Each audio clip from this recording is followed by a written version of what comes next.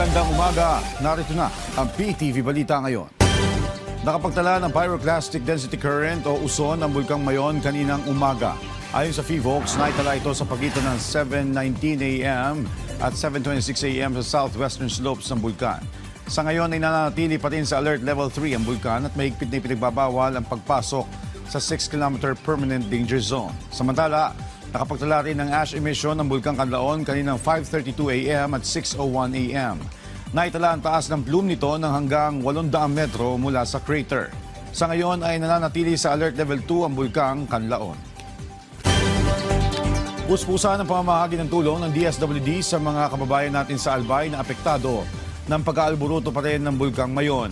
Kabilang narito ang 8 barangay sa Binubatan kung saan higit 5,000 family food packs ang naipamahagi. Halos 5,000 pamilya naman ang nakatanggap ng tulong sa iba't ibang barangay sa 3rd District ng Bicol Region. Bukod sa family food packs, mabilis din na nagpaabot ng emergency cash transfer ang DSWD. Ayon kay DSWD Secretary Rex Gatchalian, layon ng ECT na tiyakin na may pantustos ang bawat pamilya sa iba pa nilang mga pangangailangan.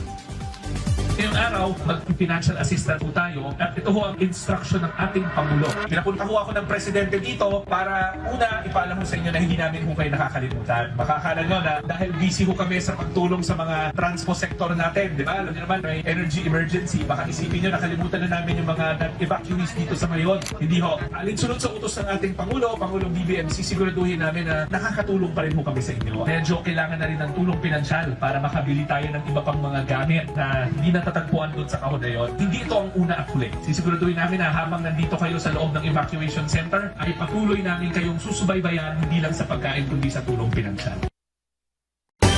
Samantala, pinaigting rin ng DepEd ang pagbibigay proteksyon sa mga mag-aaral at mga guro na apektado ng Bulkang Mayon. Ayon sa DepEd, mamamahagi ang kagawaran ng 850 all-weather kits at N95 masks. Mayroon din umanong tig to 20,000 pesos na halaga ng learning, teaching at hygiene kits para sa bawat paaralan. Batay sa pinakahuling ulat ng DepEd, 34 na silid-aralan ang ginagamit bilang temporary shelters para sa higit 400 pamilya o katumbas ng higit 1,000 residente.